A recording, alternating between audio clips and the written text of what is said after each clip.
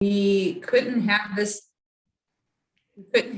event without you, of course, because we need you as hosts and facilitators to guide these community conversations, and we're just the conduit to get the community together. I'm Amy Weisbrod. I'm the Director of Donor Relations.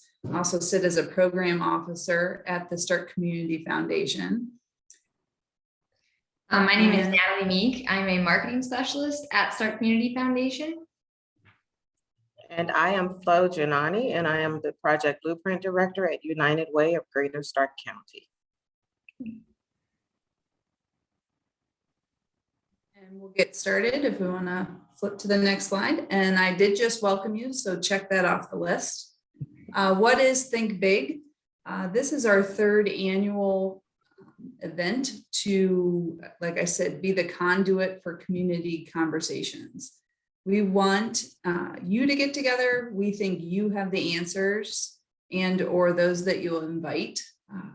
Of course, we don't believe we have the answers. We're not on the ground doing the work, but we like to financially support that work. So that's our role. But thank you again for being a part of the third annual Think Big.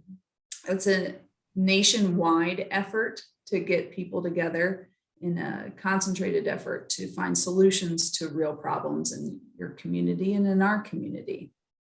We'll discuss who is Claire, what it means to host and facilitate a conversation, how to be a strong facilitator. And if you have any questions throughout the presentation here, please just put it in the chat and we'll review those at the end. But as you think of them, go ahead, you won't bother us, just put them in there. So this year's event will commence on October 17th through the 23rd. And you may ask yourself, why did we choose that date? Well, typically around the fall is when we have this event. But then we found that October 17th is the United Nations International Day of Poverty Eradication.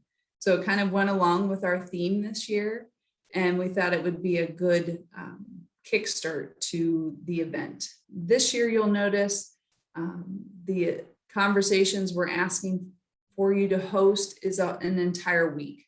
The first year we had this, we asked for a day, and that worked, but a lot of people couldn't make that specific day happen. So we heard you, and we extended the period of time for which you can have these conversations.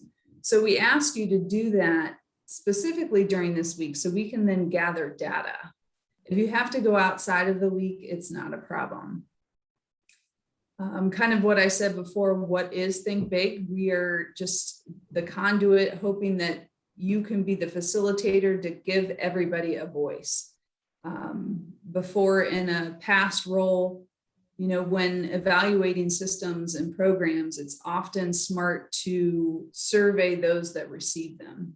So we hope you keep that in mind when you're talking about your topic, and maybe you're hosting a private conversation and you're inviting people to the table. Keep in mind that it isn't only the professionals that should be invited, maybe also the recipients of that service. And we hope that you find real solutions to real problems. Actually, we believe you will, okay? Again, there is no dumb idea. There is no idea that we can't pursue. You know, don't let somebody in your conversation say, well, we've done that before. Well, you may have, but you may not have had the right people at the table, you know, with the right passion and the right desire to make that happen. So we hope these community conversations will continue in the future and move our community forward. We, you know, are a very small community. We are known for our philanthropy and for our kind hearts. So we know a lot of people will want to be part of this mission, but we hope that you, as a facilitator or host, help spread the word and get more people involved. So some of you may be asking, why did we choose the topic of poverty? Well, I'm going to shed some light on why we chose this particular topic for this year's Think Big conversations. Some of you may recall that in 2020, a study came out called Protecting Stark's Future, a call to coordinate child poverty strategies. And this was a joint effort by Stark Community Foundation, United Way of Greater Stark County, and the Center for Community Solutions. The results of that study were sobering, to say the least, regarding the state of poverty, particularly childhood poverty in our community. So when it comes to childhood poverty, we discovered that Canton, Ohio is actually tied with Youngstown, Ohio as the second worst city in the entire country for childhood poverty at 56.9%. We also realized that this issue not only impacts the city of Canton, but it impacts all of Stark County, with approximately 20,000 of all Stark County children living below the poverty line. And that accounts for 47%. So that's why we felt this was a good topic for us, all of Stark County, to start talking about, to help develop some solutions to how we can eradicate this issue in our community.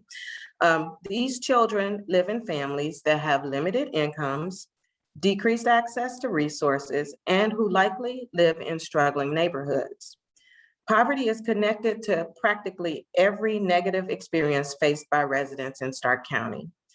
Parents frequently struggle with social and emotional barriers, which then negatively impacts their ability to sustain long-term financial stability. Children living in poverty can deal with a host of negative emotional, social, and health issues. In addition to the decreased earning potential, adults are more likely to suffer from chronic diseases, commit or be the victim of crime, and then ultimately, those who live in poverty generally have a lower life expectancy than others. These, among other reasons, are why we chose this as our topic.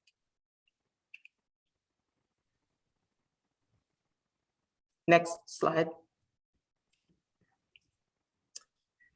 So soon you will watch a video that will give you all of the details that you will need regarding Claire's story and her family. But I'll give you a little bit of an intro to Claire. So Claire's story counters many of the commonly held stigmas, particularly the one that poverty is the result of laziness or poor choices. It shows that even those who are working and making a decent wage can still have issues, have troubles making ends meet because of the various obstacles that they face. Though Claire and her family are fictional, her story is very real and represents many of the challenges faced by families living in poverty in our community. Her story was created using known real-life experiences faced by individuals and families right here in our community. So now you'll get to watch the video that will give you many of the important details about Claire and her family.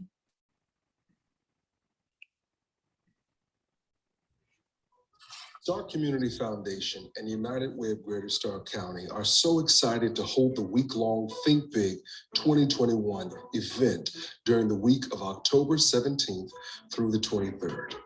This year, we're presenting Think Big in a unique format focused on a very prevalent issue, poverty. This is Claire. Claire is a single mother working to break her family out of the cycle of poverty, and she needs your help. During your community conversations this year, we challenge you to brainstorm solutions that help Claire escape poverty. You can focus on her transportation issues, her health care needs, her children's educational needs, her employment dilemma, or any other specific topic. Or you can take a broad approach by focusing on multiple aspects of her situation. Let's break down Claire's story. Claire is an African-American single female in her 40s who has lived in Canton for all of her life. Claire has 3 children. Her oldest child is a 19-year-old boy. Unfortunately, he was caught with drugs as an adult and now has a criminal record. This causes extreme stress for the family because he is unable to find employment and still lives at home, barely contributing. From time to time, he helps his mother care for his younger siblings when childcare is not available. But otherwise, he is a typical teenager, off with his friends and on his phone. His biological father, who is not the father of his younger sisters, is absent. Claire's second child is a 13-year-old girl. She is an 8th grader in public school, has severe dental needs, and suffers from trauma, PTSD, depression, and anger. She struggles with her academics, which requires Claire to take off work without pay when she has to attend school meetings. She is frequently the caretaker of her younger sibling while Claire is working and childcare is not available. Remember, her brother barely contributes. Claire's youngest child is a 3-year-old girl. She is potty trained and enrolled in daycare, which is a subsidized cost. But Claire struggles to pick her up on time due to inconsistent public transportation. This leads to extra costs for overtime care. The girl's father is in jail, so Claire is not receiving any child support. Claire does receive Job and Family Services subsidized childcare for her 3-year-old daughter. She is only required to pay $150 a month to the daycare center. Claire's aging 75-year-old mother lives close by, 2 miles down the road. Her mother suffers from type 2 diabetes, high blood pressure, and generalized anxiety disorder. She is currently on Social Security income, and she's a source of childcare support when she's feeling well. Claire also has a 45-year-old brother who is not employed. He's what you would call a leech. Additionally, the kids brought home a stray dog, and Claire didn't have the strength to say they couldn't keep it. But she can't afford vet bills or monthly heartworm, flea, or tick medication. She also has not registered this dog with the county because of the costs associated. Overall, Claire spends about $25 a month on dog food. Claire and her children rent a 3-bedroom, older home in the southeast section of Canton for $700 a month. The home is in poor condition with an unresponsive landlord, which means Claire has to deal with the disrepair or has to scrape by to mend the issues. The home does not have a washer or dryer, nor does it have central air. Therefore, Claire has to pay to use the laundromat in addition to purchasing laundry detergent, softener, and bleach. The bus stop is down the street from the house, which is located in a crime-ridden neighborhood with no local grocery store. There's a church on the nearby corner which operates as a respite for the youngest child and supports the family at times. Claire is enrolled in the budget plans with both the gas and electric companies. This makes it easier for her to maintain her monthly budget. Otherwise, her payment amounts would fluctuate, with bills for one or the other being higher depending on the season. Claire graduated from high school and worked minimum wage jobs to make ends meet. After working part-time as a cleaning staff at a bank, her case manager informed her of a certification program at Stark State that could kickstart her career in banking. She completed that 1-year program and has been working as a full-time bank teller for 8 years in Alliance, presently making $14 an hour. Recently, Claire was presented with a promotion and a raise of $1.60 an hour, but she is battling whether to take it, as the raise will make her ineligible for public benefits and force her to make cuts in her already slim budget. As you will see, Claire does not live without financial strain and has significant public support. If she was to take the promotion, her insurance would cost an extra $200 a month and come with a $5,000 deductible. Currently, Claire and her 2 daughters are on Medicaid. If she decides to take the promotion, her income will exceed the Medicaid threshold and increase her expenses by $200 a month for medical insurance alone, plus additional copays. This dilemma is known as the benefits cliff. Her oldest child, a 19-year-old boy, is an adult and on his own Medicaid plan. Claire's medical needs include type 2 diabetes, high blood pressure with blurred vision due to the start of macular degeneration as a symptom of her uncontrolled blood sugar. This causes her to wear glasses as well. Unfortunately, Claire had to have surgery a few years ago to remove a ruptured gallbladder. Her insurance did not cover all of these expenses, so she is responsible for the remaining balance. To avoid being turned over to a collection agency, she has worked out a payment plan with the hospital. Claire rides 2 buses to get to and from work in Alliance. She pays $45 for a monthly SARTA bus pass with unlimited rides. When taking the bus, her commute times can take up to 3 hours of her day.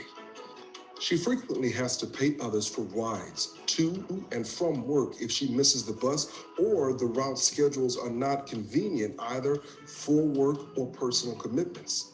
If she does not get off work until 6:30 p.m., she typically cannot expect to get home until around 8 p.m. This limits her availability to her younger children on those evenings. If she had a working car, this commute would take 30 minutes. However, she does not. Her car has been parked for quite some time in need of a new transmission, which she cannot afford.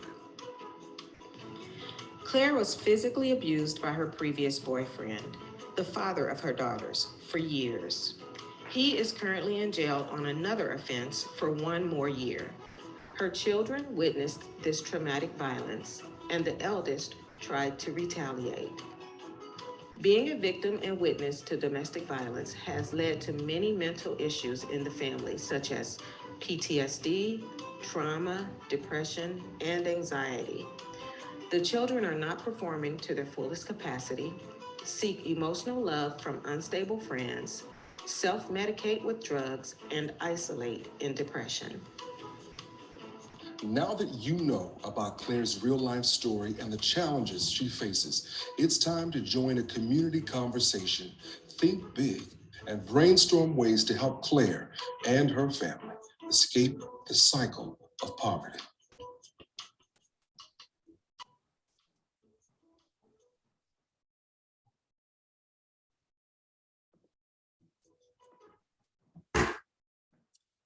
So as you can see, Claire's, even her budget represents actual income and expenses faced by families struggling to make ends meet. Her disposable income after paying all of her needed expenses is only $72 per month, which doesn't leave much wiggle room for unexpected emergencies or expenses. So she, as I mentioned earlier, she also has the opportunity for a promotion at work. And as you can see, if she takes that promotion and loses some of her benefits, she will have an additional struggle to make her ends meet.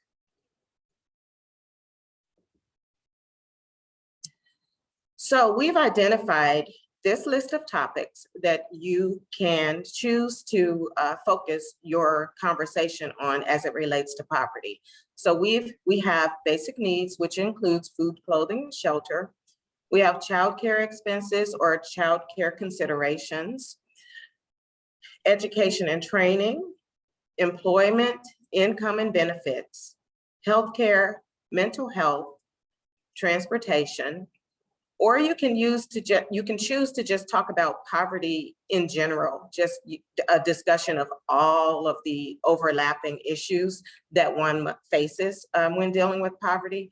Or you can also choose to discuss other issues that are not mentioned here. So some of the things that I'm thinking of is you can consider how other life experiences might impact the poverty level, particularly say the oldest son's issue with having a criminal record, how her issue might look different if she was of a different race. So you have many options to consider when you're leading your conversations. So kind of transitioning into what your responsibilities would be as a host, the very first thing you're going to do is go to www.thinkbigstark.com and register your conversation. So when you go to register your conversation, you have to provide a location, either in person or virtually, which Amy's going to touch on in a little bit. You invite 6 to 10 others to join your conversation.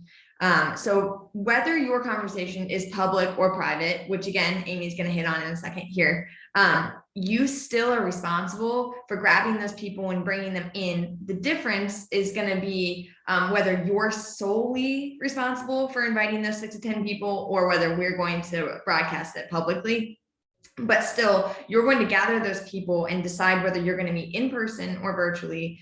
You're going to designate a facilitator. And I think that sometimes people get confused between us using the term host and facilitator. So basically, if you're committing to hosting a conversation, you're going to choose the location. You're going to choose any day during the week of October 17th to the 23rd, preferably, and any time that works for you. So this is completely your event to decide where you want to have it and when you want to have it.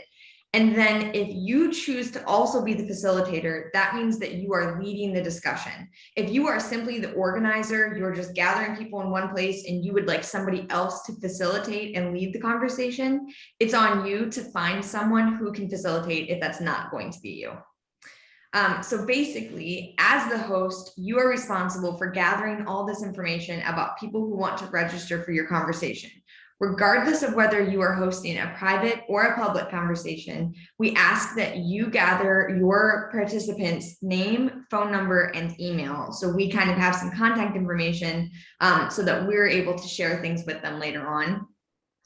You are also responsible for following up with these participants prior to your conversation. So this could mean giving them additional details on the location or simply sending the meeting link. It can honestly be as simple as, hey, we're excited to talk to you tomorrow. Can't wait to see you at X location at Y time. So really just making sure that you're the one that's communicating with them because they are going to register straight with you. So your host responsibilities during your conversation and after your conversation aren't overwhelming at all. So basically, we just ask that if you're meeting in person, you're mindful of COVID-19 precautions and the latest CDC guidelines, whatever those may be when it's time for you to have your conversation. Another really important thing that you need to do as a host before your conversation is over is encourage all of your participants to take the survey. And I'll talk about that in a little bit. But it's also really important for us that your facilitator, whether that be you or someone else, also completes that survey. So we have a good record of all the big ideas that you guys came up with during your conversation.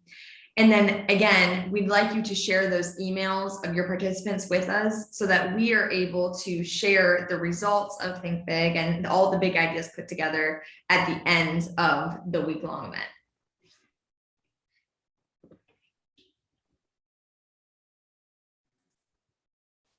As Natalie mentioned, you have the decision to make whether you want it public or private. And it is just what it says. Do you want us to advertise on our website or on thinkbigstark.com for people and anybody to join your conversation? Then you want a public conversation. If you want to invite specific people and not have anyone join your conversation, then please, on the survey or on the form that you're going to fill out, place it as a private conversation. And then your other decision, of course, is in person or virtual. And with, the state of the pandemic, we don't know what October is going to bring, and you can certainly switch your conversation. But right now, if you can decide whether you want it to be in person or virtual on that form that you fill out. If it is in person, we ask that you take into consideration the ADA regulations, make sure that everybody is welcome to your conversation. We will say, based on experience, that in person is more engaging. You've been on Zoom, how awkward, I guess it could be, to pipe in and not want to interrupt, where in person it seems not the case. And then again, you decide based on CDC requirements that if your participants should wear a mask, if masks aren't mandated at that point and you feel comfortable, have your mask with you and ask people to wear them. And you choose your platform for your virtual conversation. Sorry, Natalie, the pause. Zoom, Microsoft Teams, etc. And we will place that on our website for you. But who is in charge this year? We're placing you in charge. We've done this before. We've registered your guests and we've sent them links. But I'm just going to be completely honest. We don't have the bandwidth to do that anymore. So we ask that you take charge. This is your event and we want to give you the power to register your guests and to limit the amount and to decide the amount of people that you want in your conversation. So we have a suggested timeline. And again, based on our 2 years in the past, I can tell you about an hour is probably enough for a virtual conversation, but you'll need maybe a little bit longer because people settle in, they want to get their coffee, they want to chit chat, and you'll just have deeper dialogue with in-person conversations. So we have here, open it with a welcome and introduction. Make sure everybody feels that they know everybody because they'll be more apt to share their personal opinions and suggestions throughout your conversation. Then for the bulk in the middle, we ask that you talk about the strengths and the needs inside Claire's story. Now, again, Claire is a suggestion. You do not have to use her scenario, but I will tell you it will help guide your conversations and help come up with stronger solutions. Because a solution in a broad sense may not be a solution for Claire or Samantha or Susie, whomever, because they have a car, but it's not working. Like we told you, she has to spend hours on the bus. Are you thinking about that, even though you're talking about childcare? So that's why we thought Claire would be a good idea and help guide to real solutions. Then, let's come up with these big ideas. Take that block of time and brainstorm. And again, like I said before, there's no dumb ideas. There's no ideas that can't be pursued because we pursued them before. So be open-minded as a facilitator and host, not to shut down people, just to encourage everybody to share their ideas. Because again, like they say, there's no dumb question. There's no dumb idea. Whatever you say may lead to a bigger solution or may be the solution. And then as Natalie said, please wrap up your conversation. Of course, thank everybody as I know you will, but share that survey so we can give you a report on the end because we know you want it. We've heard that from you. So set aside that time to complete that quick survey before everybody leaves, because the chances of them completing it after, it decreases as soon as they walk out the door. So please be mindful and take a few minutes at the end.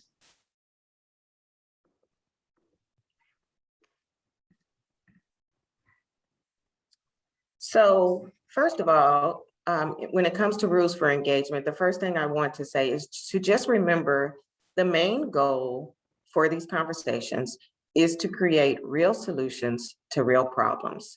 So paying attention to some of these rules for engagement can lead to the more likely chance that we will come up with those big ideas and discover those real solutions to this very real problem.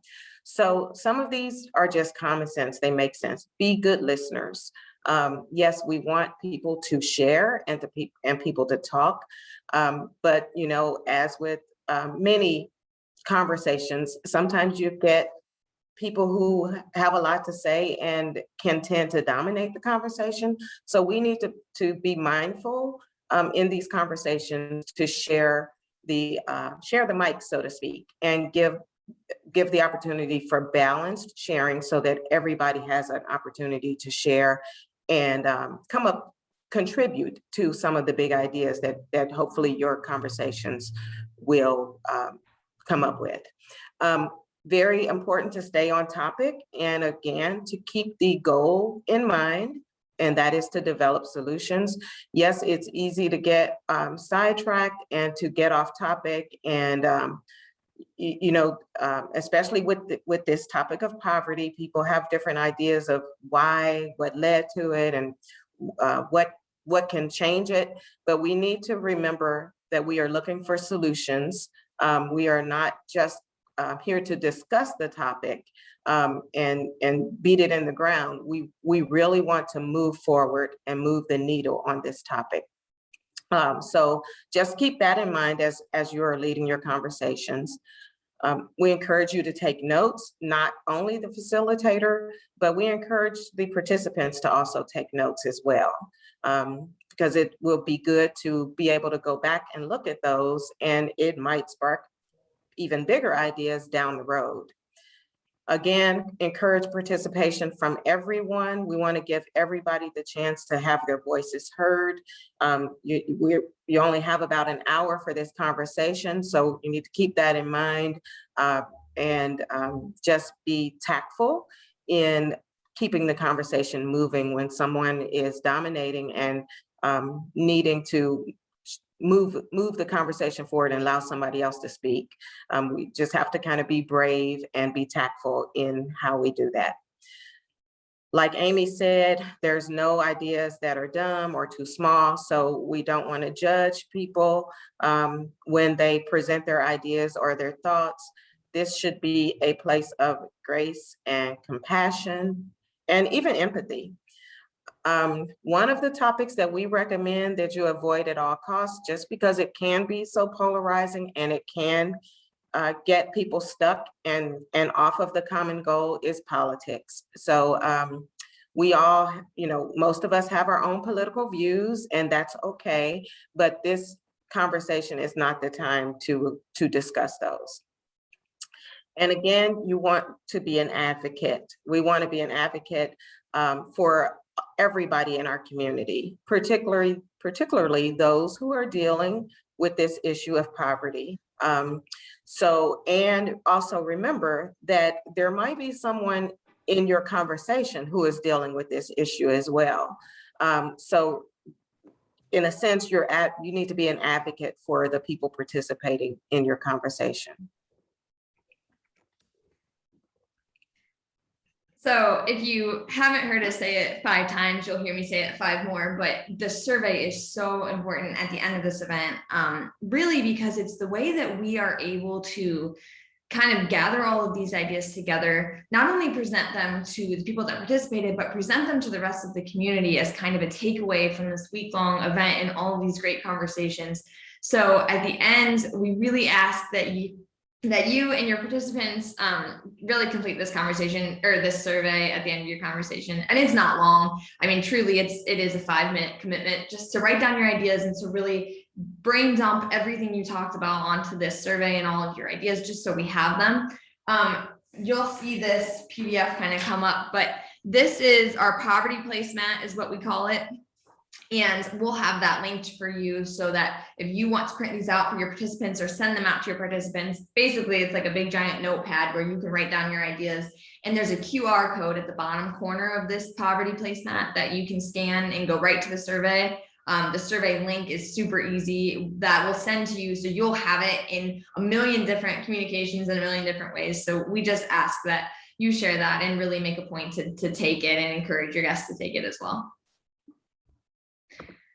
So like I just said, that poverty placemat is going to be available for you. Really, this is just meant to kind of put everything together. We kind of separated it into some space for you to talk about the strengths and needs of Claire's story and then big ideas you have for Claire. So a really kind of formatted notepad with the QR code at the bottom. So as a facilitator or a host, the resources that we have available to you are located at the thinkbigstark.com website. If you go to the 2021 Think Big Guide, The very last section of that guide is called Marketing Resources and Promotional Material, and everything you can need, you'll find there. There's a sample email message to invite someone to be a part of your conversation. There's graphics you can use on social media. There are sample social media messages. There's a sign-up sheet if you're having an in-person conversation and want to put a sign-up sheet in the break room or taped to your door, you can print that out. We have an editable flyer, which basically means you can download the Word document and change the spaces we have available for you to change to match the details of your conversation, to have specific promotional material for your conversation. So anything you need there, you should be able to find. There are all kinds of resources. We're always adding things to that page. And if there's something that you don't have that you would like, please email us at thinkbig@starkcf.org, excuse me. And we'll make sure that you have all the resources that you need. And there's plenty of ways to contact us if there's something that you're looking for that you can't find. So finally, we just ask for this event that if you are invested in this and you're hosting a conversation and you're committed to brainstorming solutions for our community, that you act as an ambassador for us and for this event. Truly, word of mouth is the best way to get other people to participate, other people to host, and we have a network of people on our own, but we know that our network as we band together is even greater than it could be with us promoting it separately. So this flyer is called the ThinkBig Informational Flyer. It is downloadable on the homepage of the ThinkBig website. It is downloadable in a couple other places with resources on the ThinkBig website. And it would mean a lot to us, and we would really appreciate it if you could share this opportunity with some others who you think would be valuable as hosts or as participants in any of these conversations. Truly, this is such a cool event for our community to come together and to have these conversations. And the more people we can get involved, the better. So with that, I will lead into questions. And I see that a couple people have asked some questions here. So Flo and Amy, if it works for you, I can read these out. And then if anybody wants to chime in with some answers, we can start it that way. So someone asked for big ideas. Oh, I skipped a couple here. Let's start with this one. They asked, when you say we are a small community, do you mean Stark County or Human Services? So I believe that was my comment, so I'll answer that. By small community, I mean Stark County or Canton. You know, we have what, 370,000 people in Stark County, 80,000 in Canton. That's a small community. So the next question is, if you signed up for one topic, but the conversation leads you in another direction, is that okay? I can address that one. I think that would be okay. Again, you might get into the room with your participants and fully expect to talk about a particular topic, but the participants or just the conversation itself just might naturally flow a different way.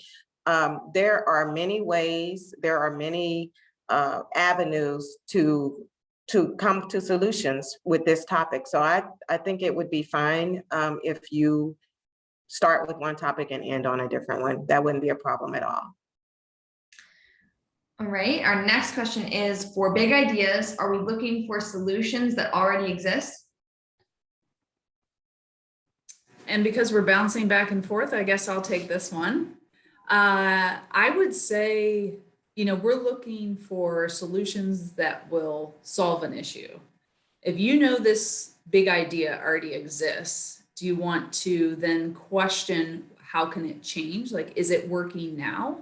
Or how can it be different? You know, I often say there are no new ideas. You know, things across the nation are gathered through other experiences and situations. So you may just have to narrow down how you would change a solution if it already exists. Because is it working? I guess you would ask yourself. If it's working, you don't need to change it. And I would piggyback on that and say also, sometimes there are hidden gems that people aren't aware of.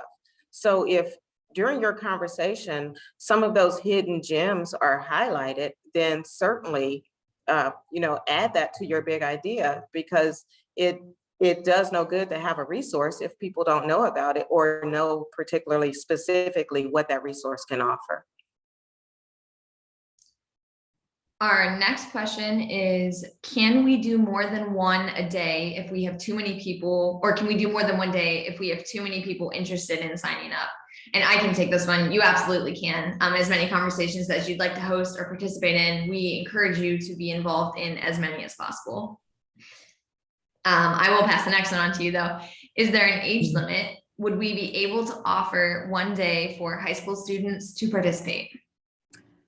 I think that's a great idea, because students are a part of our community and they have a voice, and I think it's important for their voices to be heard. You know, some of those students may be in this very situation of what we're discussing, but at the very least, some of those students may know of some of their peers and friends that are in this situation too. So I think it's a great idea to include them in conversations. Sometimes their solutions may be more creative than what we adults come up with. So certainly encourage that. Our next question is, we work with many families who are experiencing poverty. Could we do a day specifically for those families? Absolutely. Like I said before, you want people who are experiencing these conditions. They're the ones that can find the real solutions. You know, if I have an issue with water in my house, I'm the only one that knows where it comes in. I'm the only one that knows the damage that it's caused. So please invite those that are receiving services or experiencing poverty or transportation issues or whatever the case may be, what your topic is. Have those people at the table is my advice. Well, that looks like all the questions we have. We can't thank you enough for spending your time with us this morning. We are so excited for this event. We're really excited for how this is shaping up, and we cannot wait to see how many more conversations are registered after this call, because we're sure it's going to be a lot, and kind of see the results of all of these conversations. So again, encourage anyone you know to host a conversation or to participate. Participant registration opens on October 1st. So we basically wanted to give the month of September to be just registration or just host registration, so that when participants are signing up specifically for public conversations, they kind of see all of their options. But if you decide the first week of October that you want to host another conversation or somebody comes, we're not going to say no or turn you away. It's really just for our purposes of when we are going to make things live on the website. So thank you again. Natalie, before you end, I just noticed there was another question in the Q&A, and it says, I have some concerns about framing this as helping Claire and her family escape poverty, when the reality is, aren't we trying to become a community that helps Claire and her family escape poverty? Are we trying to come up with community solutions that will help Claire?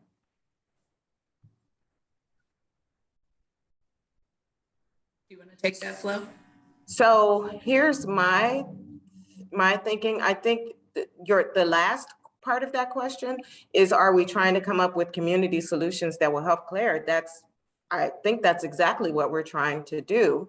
The reason we chose this format in terms of helping Claire and her family escape poverty is we wanted to, instead of just having conversations that were just very in general about poverty, we wanted people to really consider real issues that people in our community are facing. So like I said in my intro to Claire, her story was created, the parts and pieces of her story were created by situations that I know, that Amy knows, that Natalie knows, that other people that we know have faced real issues.